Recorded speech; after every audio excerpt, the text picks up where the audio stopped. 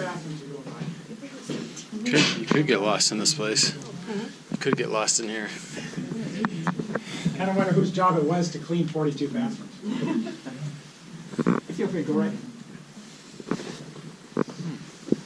I wonder where they got their toilet paper from. They didn't have Costco, no Walmart.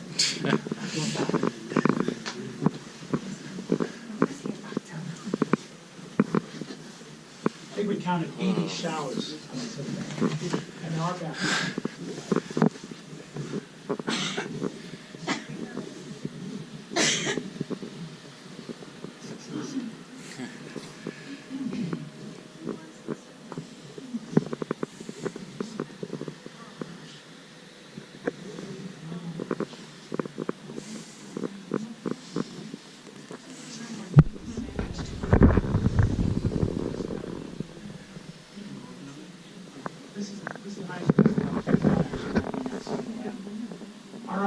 Now officially on the 4th floor. This is called the Celestial Suite. So high as you go in the building without going outside. Above us are the bell towers. In each tower are 18 carillon bells from Belgium. The smallest bells are under 100 pounds. The largest are 1,600 pounds. They have a 3-octave range. And they have little electric motors and hammers. They're controlled by a keyboard down on the main level. So I guess one of the first things they played, they say, was a happy birthday for Mr. Hearst. Kind of got it for himself, birthday present. Nowadays, every day at 12:01, they play the Westminster Chimes. Now, if you're in that bed and those bells go off, you would slide right out of bed, right? Well, between us and the bell tower is a 2,500-gallon water tank. And that suppresses the sound. It also pressurizes the water for the entire hilltop. That tank is made out of an alloy called Monel, M-O-N-E-L. It's literally just before the invention of stainless steel. It's 2/3 nickel, 1/3 copper, manganese, and iron. It actually outperforms stainless steel. But we use stainless steel nowadays not because it's better, it's cheaper. It has less nickel content. Now this Celestial Suite is an octagonal-shaped room. It is surrounded by 110 yards of gold brocade drapery. When you close these drapes, this looks like an illuminated gold jewelry box. And some of the guests, like Hedda Hopper, a very famous Hollywood gossip columnist, she thought that was neat. Otherwise, you just open up that door, stand in the balcony. This is where you get almost your 100-mile range and view. Now, there's no closet in this room. The closet was down in the bathroom. So some of the guests were forced to hang their clothes off the chandelier with their hangers there. Now, you look at these chandeliers and you say, gosh, there's no fancy shades over those bulbs. Well, in the 1930s, a large percentage of rural America did not even have electricity. So the incandescent bulb wasn't necessarily a thing you wanted to hide. It's kind of neat at that time. Now, right behind that gentleman there are some purple cut glass from Czechoslovakia. It's Bohemian. It's from the Johann Ertel factory, rather famous artisan. This is a Maiolican statue of St. Dominic. St. Dominic is the head of the Black Friars. You've heard the term Dominican order? That is St. Dominic. Now look what Hearst bought over here. He bought this Persian vase and lamp as a combination. That's from the 13th century. Should you imagine taking a lamp, let's say maybe 1250, drill a hole in it, put electrical wire in it, and turn it into a lamp? No, we don't do that. That's really a big no-no nowadays. But back then, apparently, they didn't quite that. So let's say that a really productive sleep, the bells need to take a slide out of bed. Pretty good first thing in the morning. You can start your day in the sitting room. So you'd like to stay in this room? Yeah.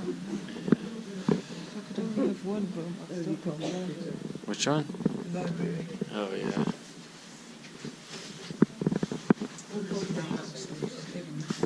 The what? Wouldn't need a house. Oh, yeah. It's pretty amazing.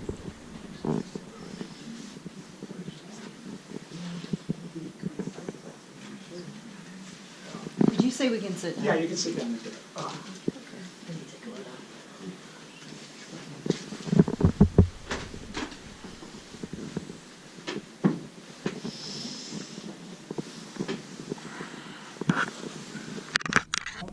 As you go up in this building, architecturally, you look back at this is the Romanesque era. It's the time between the Roman Empire and the Baroque period around the year 1000 to 1200. This is a Romanesque design ceiling. It's actually done in the modern times, but this is the style they used at that time. Highly compartmentalized, very methodical, place for everything, almost like they're department's tackle box. The archways here are rounded. These are Romanesque archways. It's not the pointed archways that you saw in the Gothic period. The mantle you see here is 12th century French Romanesque, and it's got Latin writing on it. And actually, there's a Latin professor that figured out what this says.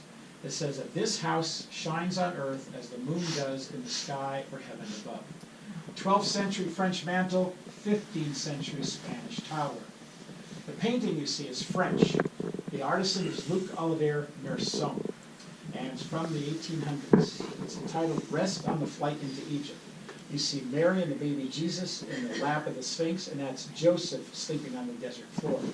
Merson did a couple versions of these. Some are actually in the Boston Museum of Art, and it was that picture that was an inspiration for a Christmas card, which was distributed for many years. That painting over there is from another French artist, Jean-Léon Gérôme. I had another one which is over here, but it's out for some work right now. People actually come here just to see the Gérôme paintings. He's that famous. He is in the 1800s, and he's describing to you the year 1798. Napoleon took 38,000 French troops into Egypt to cut off the supply lines to the British to East India. There you see Napoleon before Cairo overlooking what he needs to do. Also, they found out recently Napoleon was not short. They said he was at least 5'6". It was kind of a rumor created by the British to demean him. Also, he was always surrounded by grenadiers. These are tall guards. Most of them are well over 6 feet. That kind of made him look a little bit shorter, but he was at least 5'6". Now, we are going to travel down 2 stories back to the cloisters. We're going to go around a spiral staircase which goes around the Otis elevator system. And Morgan told Hearst that unfortunately she had to make the passageway at the top very narrow. She said this is a very good reason why he should keep very thin and trim as he got older.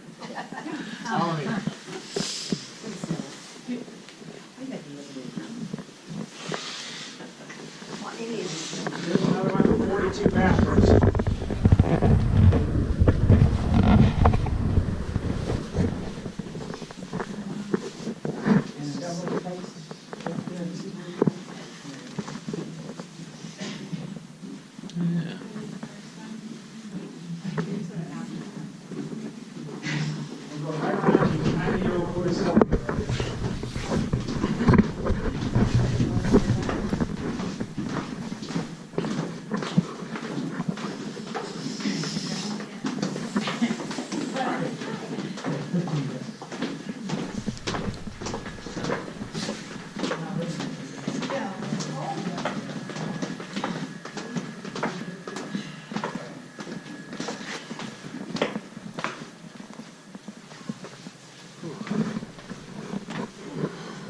Feels chilly.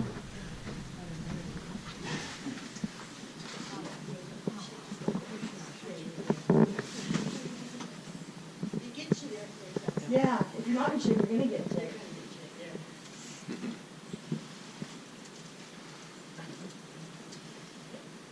It's a little brisk out here.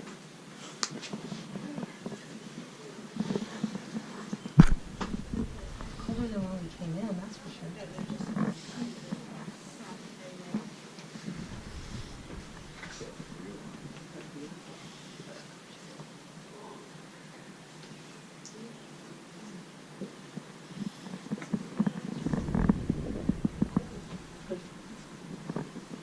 We'll be going back inside in just a second. All right, we're back on the second floor. These are the cloisters. If you look through the windows, remember on the other side you have the glass windows? This is the way it was meant to be. It was meant to be open. It's cross-floor ventilation. You can hear nature, see nature. The floor slopes away to repel rainwater. Hearst was into nature. Picture this, the night before Easter. All of his guests are asleep. During the night, he brings out his landscapers. He plants thousands of Madonna white lilies all over the hilltop. When the guests awake on Easter morning, it looked like it had snowed out. They go to bed, looks like this, pretty nice. Next morning, it's a sea of white. He delighted in surprising his guests that way. On to the Del Robian.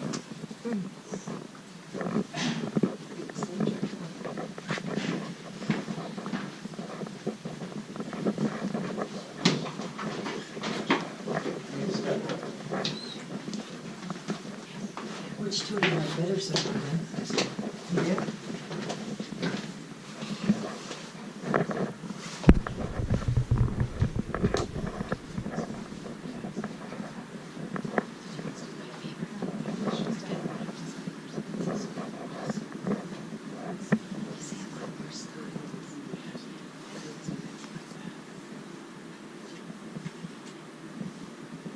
We actually have a living history department here below, one of the floors below one of the cottages. They have all the clothing in the 1930s. And when we have our night tours, our docents dress up in a lot of this stuff, and they play the part of guests at the time. Do everybody remember the last guest closed the door behind us? We have little bats that live in the hallway, cute little things, little eyes, little ears. They're not there right now, but sometimes they join us, and not everybody likes a good bat. Anyway, this is called the Delarobian room. This is another guest bedroom.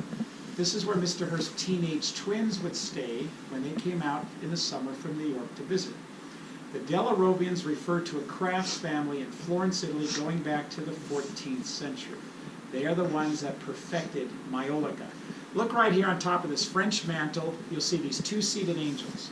These things are made of terracotta or earthenware. They're brittle, they're porous, they break easy. What the Delarobians invented is this white tin oxide glaze. They put it on there, fire it, and now makes it hard and waterproof. That's a family secret. Others want to know how they did it. They really didn't want to share the information. Another family, called the Buglioni family, tries to figure this out on their own. Now, what the Delarobians are really famous for are right here. These are called the Delarobian wreaths. These are fruited wreaths, and they put your family's coat of arms in the center. The aristocracy and the royals of Europe love this, because they were sent all over the place. It was Hearst's own magazine, Harper's Bazaar, which reintroduced the Delarobian wreath to the American public back in the 1920s. Now, I told you that Hearst is the largest private collector of silver art in the 20th century. Silver at one time was considered more valuable than gold. It was hammered into many objects by various countries over the centuries. Two of the examples in here are these. This is called silver repose. You have a thin piece of silver. The artisan hammers out the design from the back side, creating a three-dimensional relief. This is done by hand. This is not done by machine. That is Spanish. It's several centuries old. Hearst has over 150 pieces of silver here right now on the hilltop. Now, do some of us remember actor Mickey Rooney? His guest here. Did National Velvet, Boys Town, Mad World, Night at the Museum. Let's see where he stayed. Follow me. Careful step over.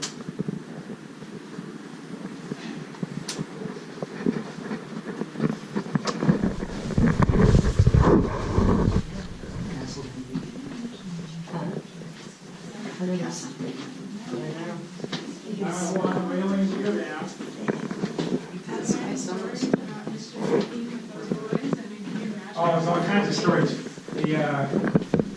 His grandson, Bucky, he was complaining that his maid in the room always go through his personal things. He do that. She kept doing it, so he finally, in the ladies' beauty area there, he took her shampoo, dumped it out, and filled it with maple syrup. So then when she put it on her hair, she turned maple. But anyway, and she never bothered with stuff anymore. But this is the loft bed of the lower duplex. We're going to go into this room on the other side. So Mickey's right there waving at you right now, saying hi. So we'll see that from down here. It's the loft bed of the lower duplex. Lower duplex. And so we're on down. That was good news. You're walking by the loft bed of the lower duplex. That's cool. Mickey's up there waving at you right now.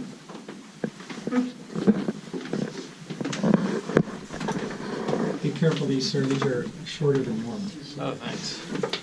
I'd whack the head, sir. Oh, yeah. No railing. Walking by the loft bed of the lower duplex, Mickey's up there waving at you.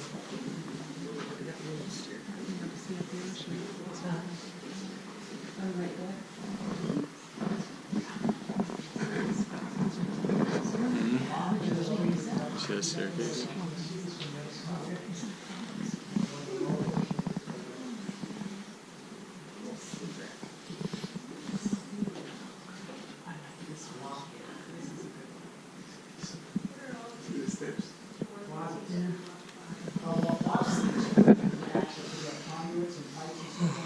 Some coffee. And then you have some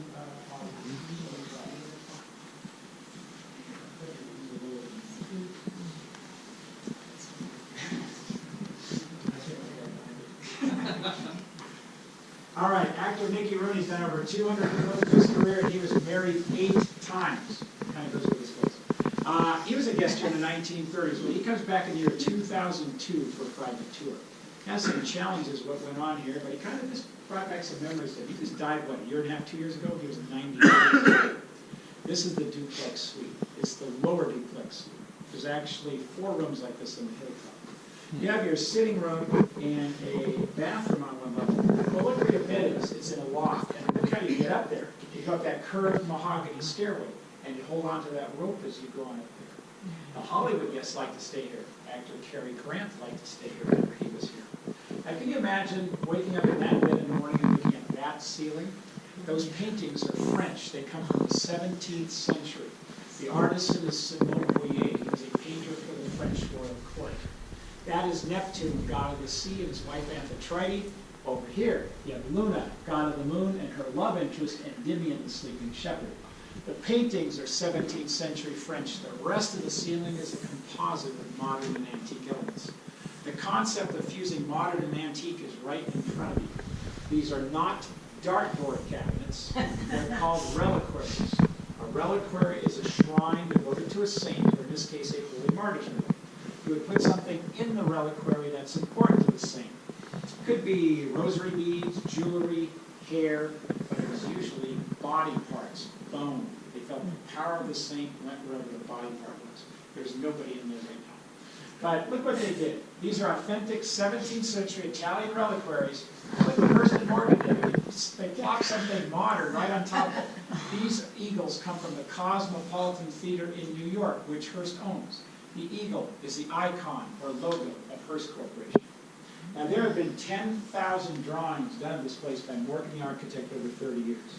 We know there was 1,000 letters of correspondence between Hearst and Morgan. Engineers around him said you can almost picture an electrical pulse move between their brains as they're trying to figure out what to do here. They wanted this to be a nice place for Hearst and the family. They wanted it to be nice for the guests at the time.